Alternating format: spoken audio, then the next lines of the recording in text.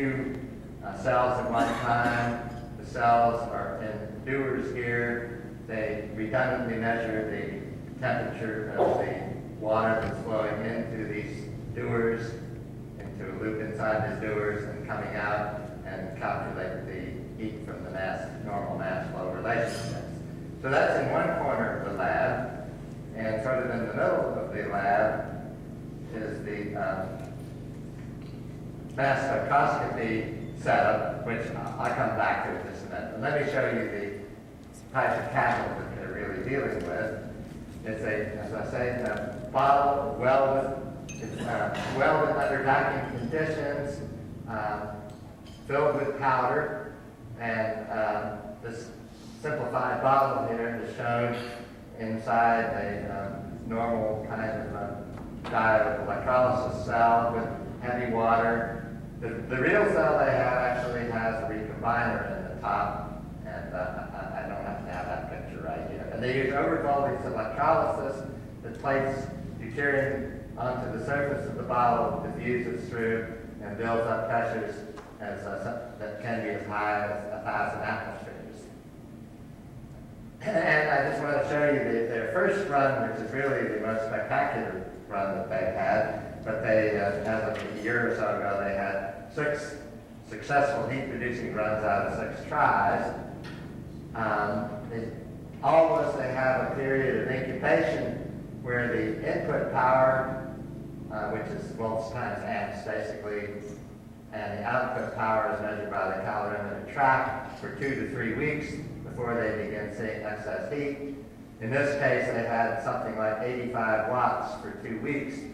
Say the other runs have run from 5 to 20 or so watts, but they have run as much as 6 months. And this is the voltage history of this particular run. And they've had a couple of runs where they build up 5 kilowatt hours per gram of powder. Assuming the heat comes from the powder rather than the palladium bottle, it calculates at 5 kilowatt hours per gram, which is something I believe like 10,000 electron volts for palladium atom, and way out of any range of chemistry, of course. Their system and measurement technique has been evolved during the course of their work on this. So they just decided to, well, let me go back and show the equipment. Basically everything is done in this welded stainless steel vacuum system with metal valves with 2 turbo pumps in series that go to a vacuum, an ordinary pump out into the air. They use commercial quadrupole mass spectrometers in various modes, but particularly they really have 2 such spectrometers on the system. One is here and one is in aluminum, wrapped in aluminum foil here somewhere. Both identical kinds of instruments, run with commercial electronics, and they usually run one scanning the mass 4 peak and one scanning the mass 3 peak. It's a typical way when they're really looking for helium-4. And the technique that they used initially was, okay, they take the powder and they drive the gases off this powder. This is long after the experiment has been run. And they drive off the gases from this powder at high temperature up to 12 or even 1300 degrees centigrade. And then they leak this powder, this gas into the mass spectrometer system while they're continually pumping it out with a turbo pump. So basically, these are all drawings from their paper. Most of them is in a journal of the High Temperature Society of Japan. There are 26 pages devoted to their experimental work in that, where most of this material, this information comes from, including this drawing. And the sample is just heated in apparently a little cup with a filament around it to drive the gas off. And as I say, it's a continuous flow system where the gas flow is throttled down into the pumps so that it doesn't immediately pump out of the system. So then they get a time history of the mass 4 spectrum typically in this kind of a situation. This vacuum pump, one thing they do is they just, with this clean pumping system, they get down to something like 3 times 10 to the minus 9th torr without any cold trapping, and that's just the way they like to run the system.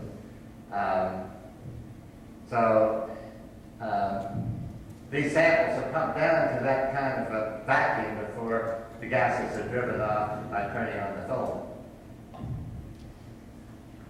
This is how the spectrum looks, the time history spectrum looks as it's put forth on the strip chart recorder, which is right next to this vacuum system.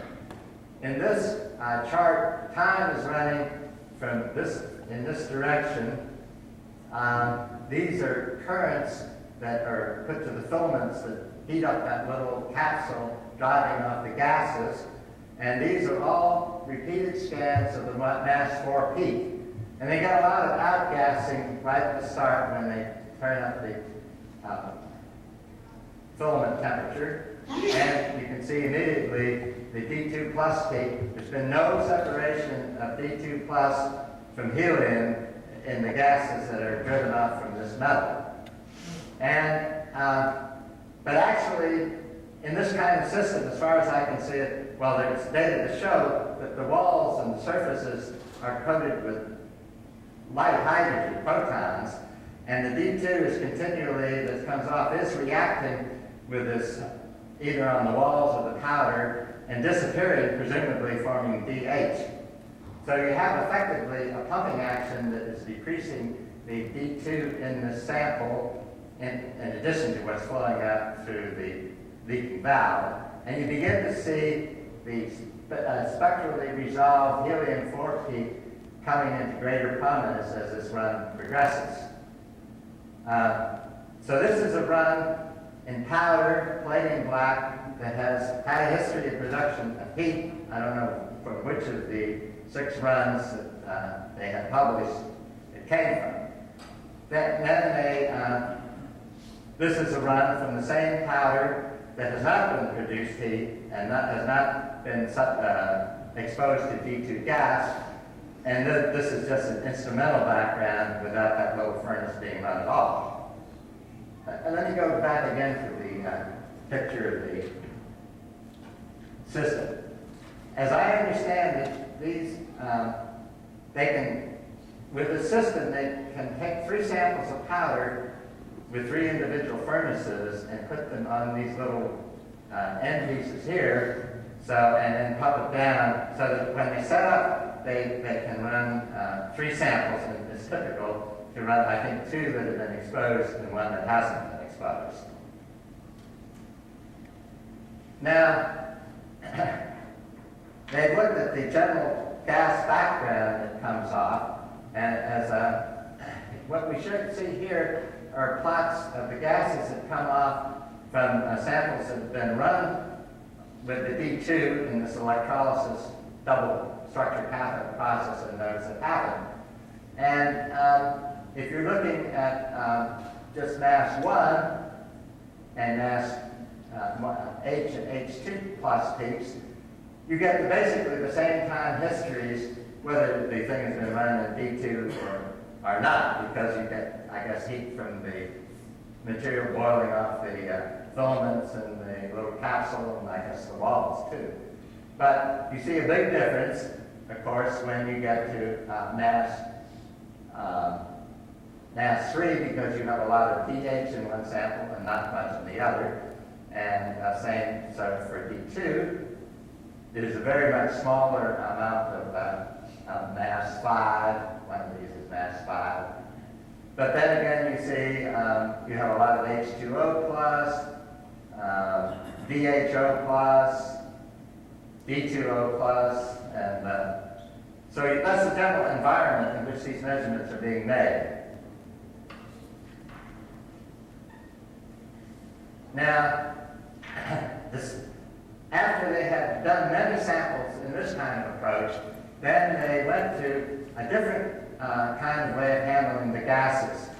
And in this case, they completely closed off the system and activated a titanium adsorption pump. And here they have the quadrupole mass spectrometer set at mass 4 and the quadrupole mass spectrometer set at mass 3. And as I say, a getter pump, which pumps hydrogen and not helium. And they typically run they'll run with certain filament current to heat that little capsule to a certain temperature, and they'll make a study, and then they'll go back and go to a higher current density and drive more gas off. And basically, by doing this, they get an estimate of the helium-4 to D2 ratio, as we will see. And here's, in this kind of a closed-off system, the getter pump gradually cools down the hydrogen components, whereas the helium continues to build up in the system, the sealed-off system. And here's a history of one of these studies. And now time is running in this direction. And so the first time they heated up to what an I4, the fourth level of current on the heater system. And they drive off a burst of gas. They see mostly D2. As the D2 disappears because of surface reactions, you begin to see the helium. And this is kind of a compressed run. If you get the normal separation on their plot, you can see the helium plus peak is not so large compared to the D2 plus peak. Now, still with the sealed-off system, now they run it up to a higher level of current, drive another burst of gas off, and the helium is here, has been added to, so now helium and D2 are about equal amplitude. Then they do it again, now there's not so much D2 coming off, and the helium actually is larger, and a fourth time and a fifth time. Now, this last time they heated it quite hot, and almost no D2 comes off. And they have to kind of, as far as I can see, extrapolate to estimate how much of deuterium came off from each of these cases. And they come to the conclusion that the D2 to helium ratio is the helium-4 to D2 plus ratio of what came off of that thing is about 1/300, I believe. So their measurement is a relative measurement of helium to D2 strongly trapped in the metal powder that's so strongly that it has lasted for a long time since the run. It has to be driven off at quite high temperature to get a result, or to be surviving to be measured. Now, the helium-4 problem, doing it this way, is much easier to do than the helium-3 because the fractional mass separation, the fractional difference in weight is something like 8 times, 2 peaks are 8 times closer roughly with at helium-3, where you're helium-3 versus DH plus as compared to helium-4 versus D2. Of course, the separation is determined by how much energy has been converted into, mass has been converted into energy in the nuclear process. Okay, so this really summarizes the one run in which they've actually shown a resolved peak difference in peaks between helium-3 and DH plus. And they have had to depend on the getter acting over an hour and a half or so to bring all the hydrogen species down, until the mass 3 peak is actually running below the mass 4. That huge H plus has to be reduced by a very large amount. Okay, this part shows the first few minutes of run, where they have helium-4 and D2 plus clearly separated, but absolutely no chance of seeing any helium-3 versus DH+. But then, because that's just a few minutes, 10 minutes. But then after this hour and a half of chemical action, plus D2 also being converted to DH+, and then both removed by the getter pump, at the end of an hour and a half, they have a pure helium-4 spectrum at mass 4, and you can see they have helium-3 and DH+ spectrally resolved, more or less, and at about equal amplitude.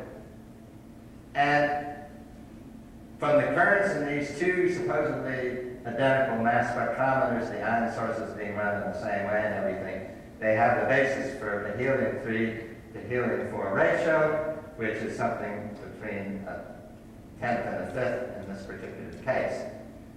Now they have other ways and other runs of getting the amount of helium-3 using unresolved spectra, and by working on the ionization onset, they program the voltage in the ion source and see how the current grows with respect to ionization voltage, and they can take an unresolved peak and get the helium-4 and the hydrogen component from that voltage versus current data. But this is the only one that I've seen published that's resolved.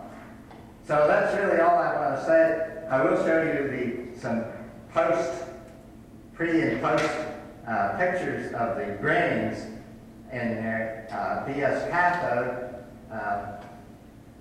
This is the pre-grain, the pre-electrolysis run pictures, and you can see they're fairly angular fragments of grain in this particular run.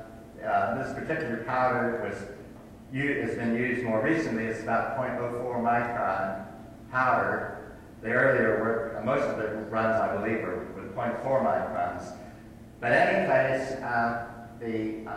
there's been a rounding of the grains. I believe this is also at a higher magnification, but this is post-run, and there's been sort of a rounding of the grains that has occurred during the heat production electrolysis process. And that's all I want to say about their work. Thank you.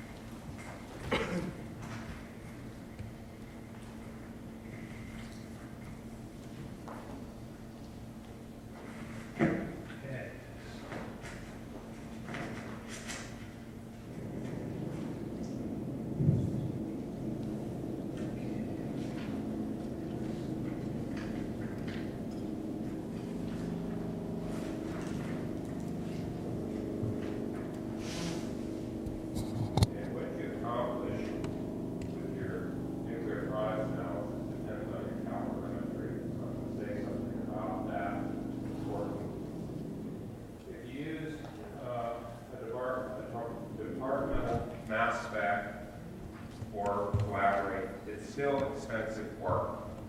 That is, I'm talking about the helium analysis now. It's still expensive work no matter how you do it. It's going to cost you time or money or both. So there are two methods of calorimetry I've used, and they're what I'm going to recommend. One's isoparabolic calorimetry that is modeled with Johnson type, and the other is high performance Calais. Now, the isoparabolic calorimetry basically you're measuring a temperature drop across an insulator. You got a water bath around it. And it helps if you've got a copper integrator in there. It gives you thermal mass, so it tells that you put your thermistors in the copper jacket, because you have to measure the average temperature within the calorimeter. It has to be an accurate representation of the average. That's the isoparabolic assumption. These things have an aerodynamic range. That's important. And And it also helps if the electrolysis cell is tall and narrow, because the bubbles riding up through it will mix the spread the heat. High performance calorimetry is what I've been doing, and I've got brochures on this. It's got an enormous dynamic range, and that means it doesn't get hot. That's important because the kind of calorimetry you do determines what your results are going to be with regard to the excess heat. There's feedback. Fleischmann himself, in the abstract for this meeting, was talking about that. It'll be interesting to see what he says compared to what I say. Anyway, because you measure all the heat all the time with this type of calorimetry, it's a complete envelope of thermal flux transducers. You measure all the heat all the time. It's the most rigorous method I could find. They can be built many sizes and shapes. They put people in them, big ones. This is the calorimetry of the future. They even have versions of it which will operate at 800 degrees C, that is glowing red hot in a furnace. But because it's open cell calorimetry, that is the D2 and O2 are flowing out, you have to measure the electrolysis off gases coming out. And that's easy to do. You use pressure equalizing burettes. And so you follow the meniscus down as the gas is put into one burette. You follow the meniscus down with the other, so the pressure is always 1 atmosphere, as in the room. You time the evolution rate with a stopwatch. It's easy to do. And I'm going to make another couple of notes. Don't use LPA devices as thermal flux transducers. They'll drift over time. They'll mess you up. The Navy and NRL couldn't make them work. Tried it for a couple of years. I couldn't make them work, and I tried it for a couple of years. They're cheap, but they don't work. Okay. Thermostated water bath. You can go out and buy these systems. It costs $1,000 roughly. It'll give you 0.01 degree temperature stability in your water bath. Work for years. They're great.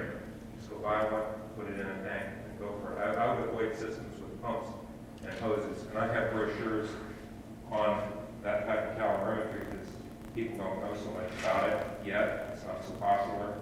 And I think it's the method of the future. So let's talk about why the type of calorimetry affects how much excess heat you're going to see. Isoparbolic calorimetry, the cell warms up as you get excess heat. But with a high-performance Cal A, so well heat sunk, it doesn't really warm up much.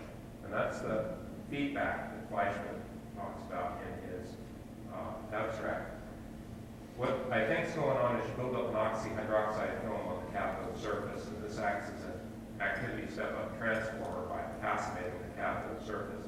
It's a ionic conductor of deuterons. And as it gets warmer, the degree of hydration, well, it's deuterium hydration, but the degree of hydration is decreased, so there are less ions to transport the current. Therefore, those few that are still mobile have a higher activity. And so you're going to get more excess heat.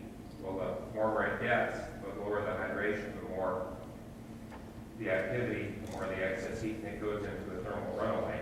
So that's why I think that's what I think the feedback is doing. That's just my opinion. But it's important that you realize the type of calorimetry you're doing is going to determine something about what your results are. What can you do with the helium analysis?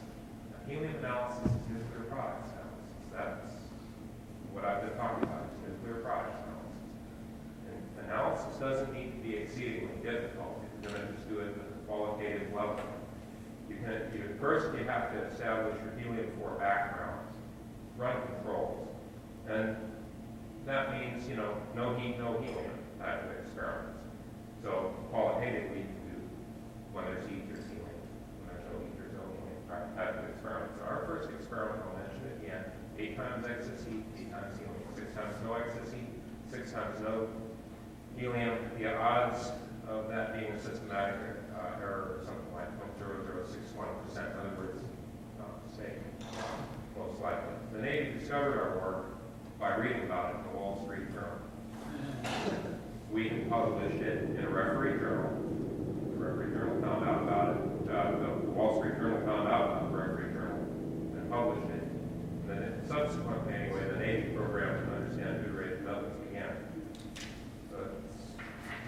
electronics analysis is significant in this business. But you might want to do a quantitative helium analysis. Now this is where it's getting more difficult. So again, you've got the self-flushing system. This is how I do it. Try to make as much metal low diffusion as I can. The nuclear reactions can be identified by their energy versus mass relationships. In other words, it's E equals mc squared type of calculation. For example, E plus D goes to helium-4, 23.82 MeV gives you 23.82 MeV per helium-4. Likewise, D plus lithium-6, just an example, will give you 2 helium-4s of 22.27 MeV, which is 11.14 MeV per helium-4. So there, you can use that to help you identify the nuclear reaction pathway. Now, I said earlier, the electrolysis current determines, the concentration of the helium that's going to be coming out in the gas, coming out of the cell in the gas. And also, you've got flask volumes to deal with. But that's just some bookkeeping, so you don't want to put that on your plots because it will just confuse your plots. So you normalize those out, and that's what I've done here in this plot. It also helps to know that 6.24 times 10 to the 12 MeV per second is 1 watt. Now we can convert MeV to watts, and vice versa. So I can put the 24 MeV per helium-4 line on this plot. And because I've normalized out volumes and the currents, I have a two-dimensional plot. I can plot all this stuff relative to one another. These data points with the error bars were done in an all-metal system as rigorously as I could do it. And at about the same time Bill Miles was working at China Lake, the data points without the error bars were done independently of what I was doing. And notice how the data points all fall around 24 MeV per helium line. That's suggesting what the nuclear reaction pathway is very strongly.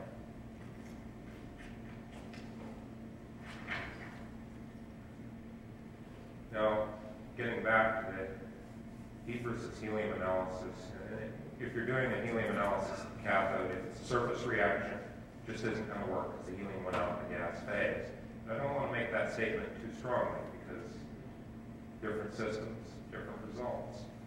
But that was the result of Mori with the quantum flashing cathodes that they were working with back then. The cathodes I've analyzed last year, again, no helium and palladium. Elliott Kemmel, I've heard, was working at New Hydrogen Energy in Sapporo, and again, what I've heard is that he was analyzing cathodes and found nothing. So that's suggesting if the helium isn't in the metal, that's suggesting it's a surface reaction. So you can tell something about where the reaction is occurring.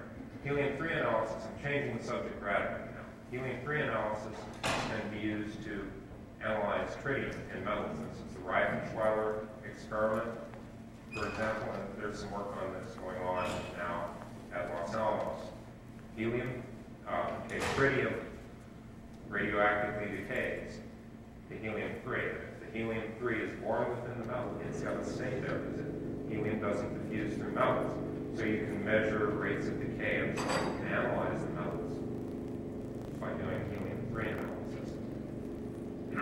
Now, what they're doing with the Reifenschweiler experiment is they're trying to reduce the rate of radioactive decay of tritium so they can store tritium for longer periods of time. An example of reducing the rate of radioactive decay is the work by Grimshaw, where they, completely different subject, but they took uranium-235M and embedded it in silver and apparently reduced the radioactive decay rate by an order of magnitude. In other words, the stuff lived about 10 times longer when embedded in silver than it would normally. Its half-life was much more long. And there's the reference on that. So experiments of that kind are about solid-state physics. That's kind of how you analyze helium-3, helium-4 analysis, as in isotope ratio analysis. This can give you mechanistic information about the nuclear reaction. So it can also tell you the source of helium.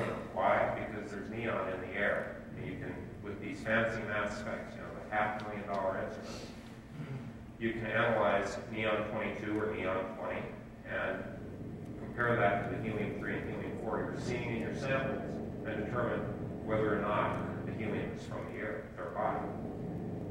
To tell you about the mechanism, I say that again. Suppose, and here's an example of what you can do. Interfacing theory with analytical work. If you suppose the nuclear reaction is D plus D goes to helium-4 and 23.82 MeV as heat, then you've got proton in your D2O. So you also might suppose you're going to see H plus D going to helium-3, the 5.395 MeV as heat. And you know you've got about 0.5% of proton in your D2O. That's the maximum amount. It burns out selectively, so you'll have 0.5% or less proton. Anyway, somehow you get up over the activation barrier to having a nuclear reaction by whatever mechanism. The rate at which the nuclear reaction is going to proceed is determined by how exothermic it is, how much energy it gives up. So thus, the H plus D reaction gives less energy, it should run slower. By the principle of microscopic reversibility, you're going to see that, because if it's reacting slower, it can go back towards reactants. So there's going to be a proportion between helium-3 and helium-4. And if you have some kind of theoretical model and it happens to be right, maybe you can predict what the helium-3 helium-4 isotope ratio will be. Now, there's a bunch of physics that I don't understand, but it's called the nuclear reaction matrix. They do calculations on it. And I've been told by physicists that the coefficient for pure weak force interaction would be 4.7. In other words, the nuclear reaction matrix breaks down into a simple coefficient, a number, that you have to deal with your energy with that number. If it was purely electromagnetic interaction, then that coefficient would be 5. Peter Hagenstein assures me that it is purely electromagnetic interaction in both the HD goes to helium-3 case and the DD goes to helium-4 case. Therefore, the coefficient should be 5. So let's do a calculation. Got 0.5% proton or less. Got 5.395 MeV raised to the 5th power. 23.82, divide that by 23.82 MeV raised to the 5th power, and you should get the helium-3 to helium-4 isotope ratio. It's just some math. It's whatever. Okay, the number you're going to come out with is 2.98 times 10 to the minus 6 or less, because the 0.5% proton in the D2O it's 0.5% or less. These are experimental numbers for the helium-3, helium-4 isotope ratio that I got doing the analysis on new hydrogen energy cathodes in this case. In other words, I was getting excess heat from cathodes loaned to me by the new hydrogen energy people. And the numbers just fell right out. There it is. So here's some numbers plotted. This is Navy boron palladium. And theory, 2.98 times 10 to the minus 6. Air is 1.3 times 10 to the minus 6. Incidentally, air is one of the richest sources of helium-3 around. It's usually, in geologic sources, it's usually lower. Anyway, the numbers vary depending on who you're talking to. 1.39 times 10 to the minus 6 is another number I've heard. Anyway, these are the helium-3, helium-4 isotope ratios. Note the date on this, the 16th of this month is when I got this data. So this is really hot off the press. And if you correct it for how much air contamination we thought we had because of the neon in the samples, then you get essentially the same plot, although some of the data points drop out because they didn't measure the neon in those cases. So, what can you do with the helium analysis? Well, it's nuclear products analysis. You can measure the energy versus the amount of helium found, and hopefully identify the nuclear reaction pathway as I've attempted to do here. And you can do some nuclear reaction mechanism type of studies, measuring the helium-3, helium-4 isotope ratio theory versus that found experimentally.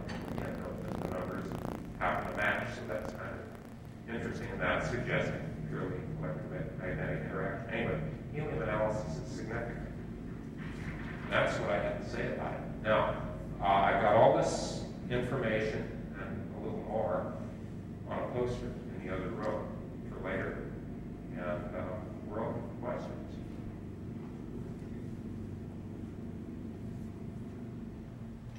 Did Calvin say that Arata thinks helium-3, helium-4 was what, 10⁻�3?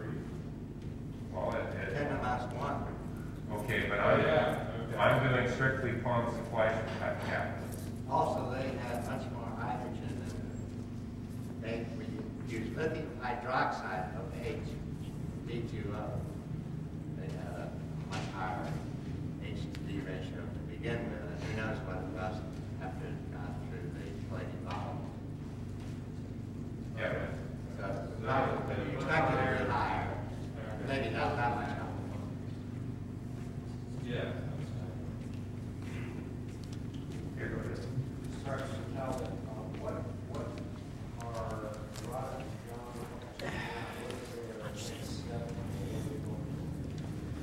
I'm not, I don't really know. Go ahead. I'd like to ask Talbot if Arata has ever given us a number for the actual quantity of helium-4 that he produces. He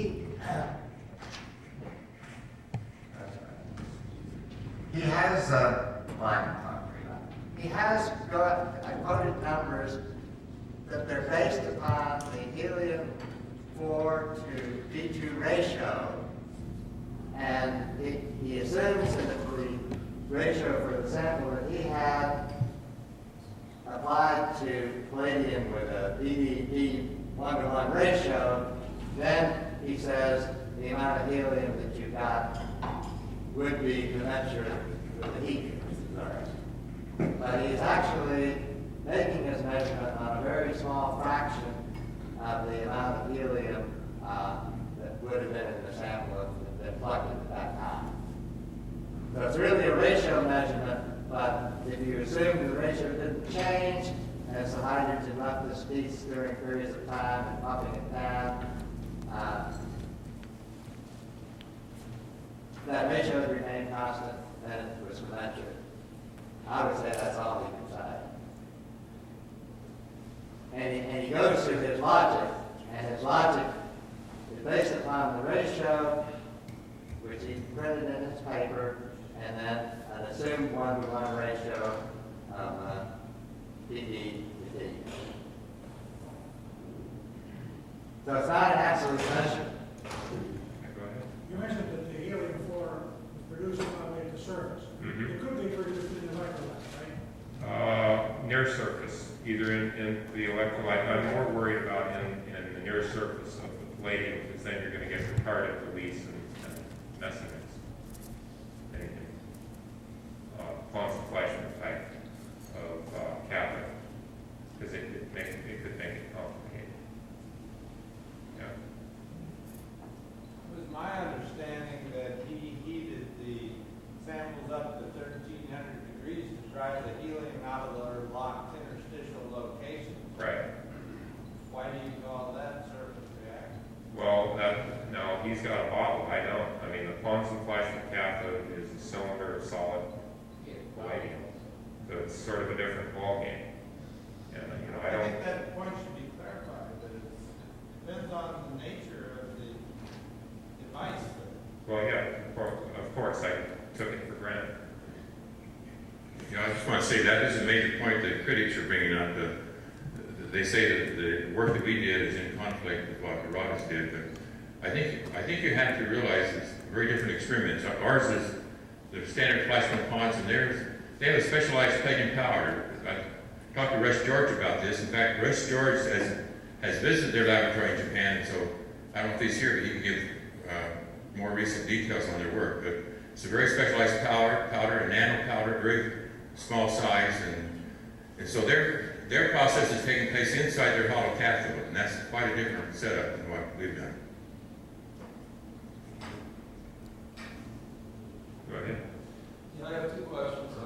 First, I was wondering what the gas pump does, and the second one was, is there evidence that the helium produced necessarily comes from deuterium or hydrogen fusion, or is it possible it could be some kind of a nuclear ash left over from cathode fission, cold fission? Well, you know, that's why I tried the latter question. That's why I tried to match the energy to the quantity, the quantity of energy to the quantity of helium. I was trying to identify what's really going on, and the B plus D goes to helium-4 reaction is the most energetic reaction known, so far as I know. So that's a lower limit on the amount of helium that you could possibly see from any reactor. As far as a getter pump, what it does is it's cooled and it absorbs gases, just like a sponge, it absorbs them. I just wanted to add, I don't think we really approved what the reaction is. I think there are a lot of processes that give you helium-4, and you know, we heard a lot of them today and yesterday. You know, fission products that give helium-4, and we hoped in early work that we could get a big range of excess heat so we could define this more clearly. But while we're trying to do helium, most of our excess heat effects are only 100 to 200 to 300 milliwatts, and then it's very difficult to really pin down what the mechanism is unless you get a wide range of excess heat. 100 milliwatts up to maybe 1 watt, and then it would be a lot more clear if we could do that. But we were not able to do that. We'd like to see somebody do that if they can. Go ahead.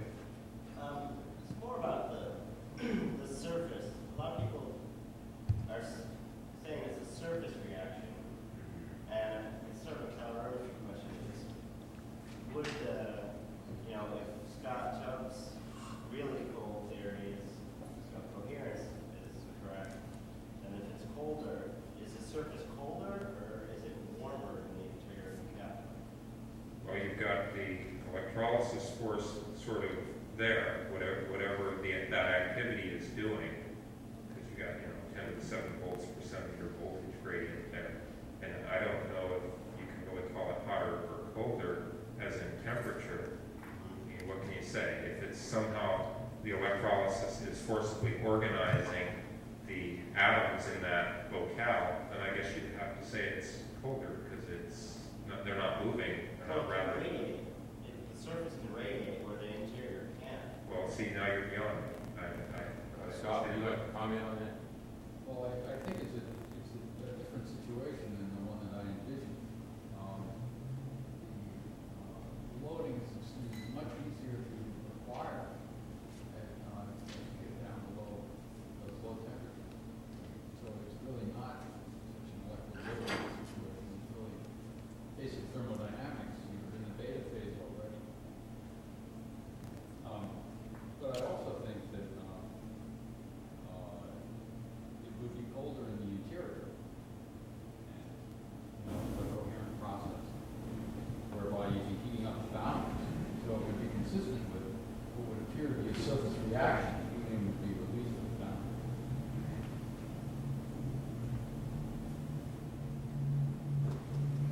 Go ahead. Just a small question I want to be clear. When you run an open cell, as you said you prefer to do when you collect helium, you have to add water or heavy water occasionally, and you do get the helium out of that water before you add it, and you add it in a way that's not any helium or air, right? I use hypodermic syringes to inject it, and before I inject it, I bubble liquid nitrogen boil off gas through the D2O for a significant period of time to sparge out the helium dissolved in the D2O. Yes, careful about that. Go ahead. I know you told me before that the liquid nitrogen is a good source of low helium content gas. How low is it actually? And presumably you measure it with your, somewhere in checking out all of these techniques. Yeah, we used to measure it years ago, and it was low. I mean, it was below detection on the qualitative mass spec.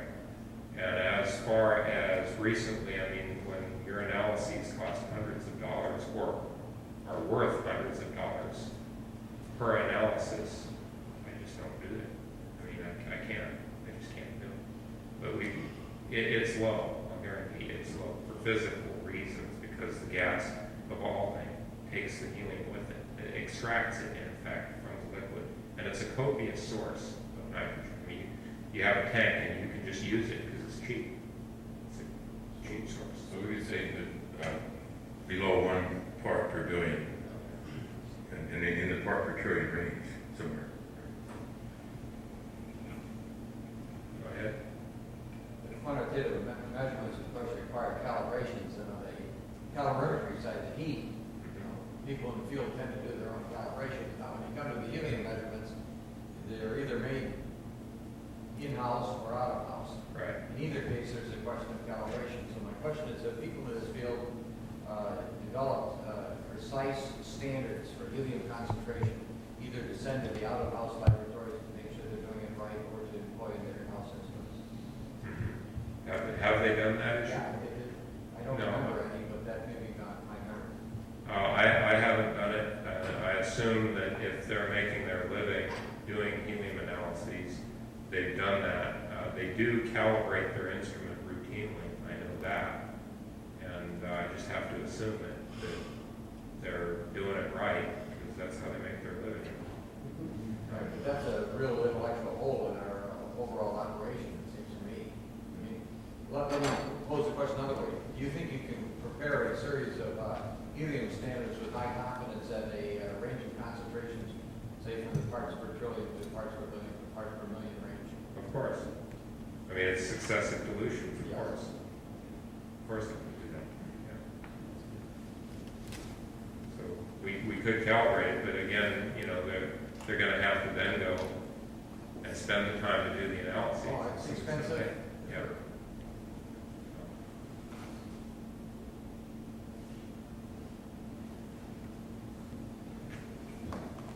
We've actually run over the timer, close to end at 8:30, and the three of us will be in the room next door around the posters. If you have any other questions, we'd be glad to answer them in there.